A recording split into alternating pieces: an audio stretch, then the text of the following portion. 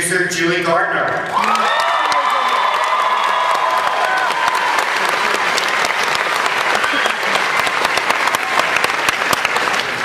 Next, we have the director of Children of Earth, Euros Lyn.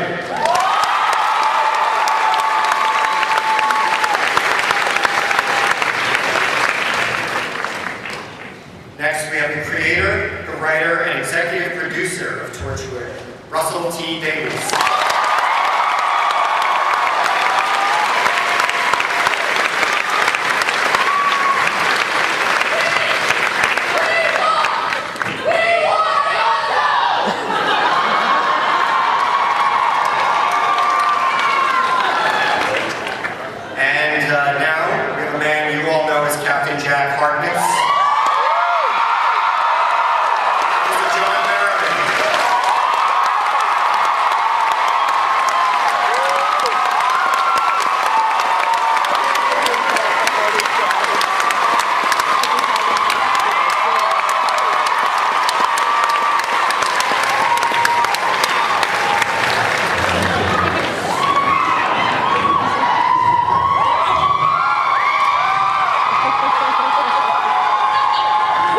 I like being in the middle. I love you too. Okay, so it sounds like a good portion of you have seen the full miniseries, is that correct? So, just want to talk to you all about the concept for this. A little bit darker, a little bit more intense than previous series of Torchwood. Where'd you come up with the story and the decision to go with the 5-night format? It was a combination of two things. Practically, the show was moving on to BBC One in the UK, and it was a series Torchwood's changed every single year. It started on BBC Three and moved to BBC Two. It was moving on to prime time, BBC One, the big mainstream channel in the UK. Part of the discussion was about that move was how to make it feel like a really big event. And in all those conversations, it was, well, what type of story could we tell across 1 week of transmission? And so then Russell started to think about stories. I suppose, yeah, it's funny because we never sort of said let's make it darker ever, and that's never an agenda sort of stuff. It's just we had to make it bigger. We had to make it stronger. We had to make it work. It was very interesting in moving something into the prime time channel. Little knowing back then, 18 months ago, they're doing so in 2020s. Yeah!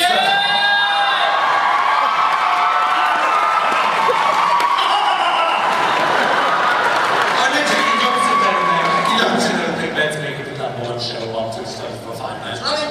You just think, oh God, let's just make it work. Please let people watch it. So that's where the intensity came up. That like, please watch, please work. So because if that hadn't worked, it would have been the unfortunate. So that's where that strength came from. Yes. John, you've had some experience with the American TV audience. How do you feel about the response in America to the show as opposed to the response in the UK? Well, first off, the response in the UK has been absolutely brilliant and overwhelming. And the UK is Torchwood's home, but we've found a second home like I have, and in retrospect, looking at, I do both countries in a sense, and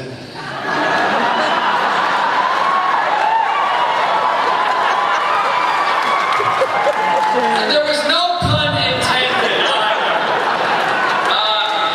And to have another home in the US on BBC America, to be able to launch BBC HD with Torchwood, and to have the ratings that we've had in the US where we have tripled, was it tripled or something? I'm probably wrong, but don't quote me then. But we've done amazingly well in here, and the American audiences have taken to us like a duck to water in a sense, and it's am I right to say we always wanted it to happen, but didn't expect it to happen in the way that it did. It's been like a massive tidal wave that's just overwhelmed us all a little bit, and all I can say from the bottom of my heart, I know these guys feel the same. Thank you, thank you, thank you.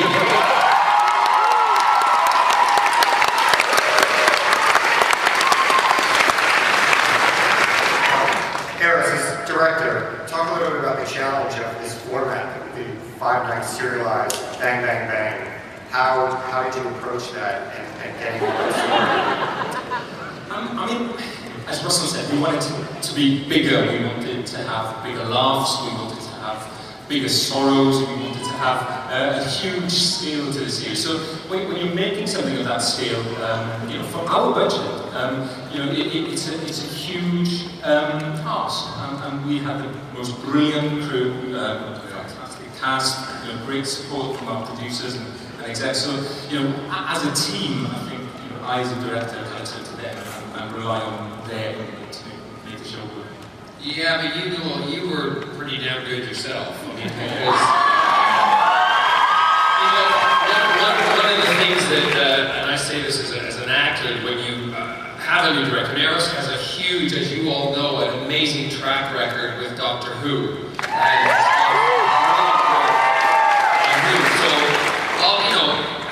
The cast when he comes in, like, okay, alright, so he's coming in, you know, but we all sit down and we talk about it, and we had that initial meeting, and you know, you find out what direction you all want to go in, and you just go with it, and things do change as time goes on, and it's a learning process for everybody, but you did an absolute amazing job.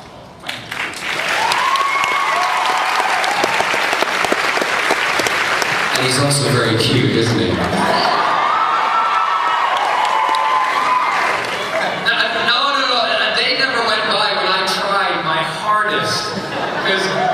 Because to embarrass him, no, I'm trying to be really good here today. I'm trying to not have a double entendre because it says here, please be aware that many of our members may be under 18 years of age. Well, you know, Torchwood is a little more adult, so get out if you are, okay?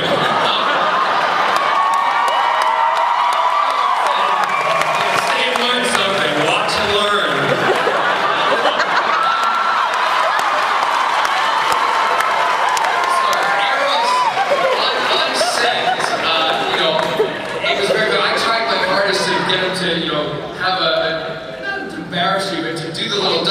Jokes that I like to do, but Eros at times would just do this. All right, let's move on. Okay, let's do that again. Do it again. Nothing. Okay. Who does that to me? Yeah. Okay. So we failed. But he's still very cute, and he's Welsh.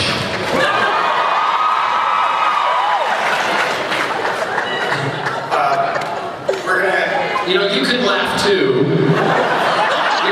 So serious, because you're also quite hot too.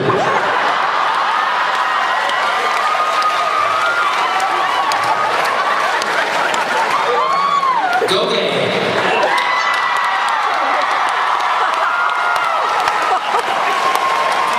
Do you want to change places? No.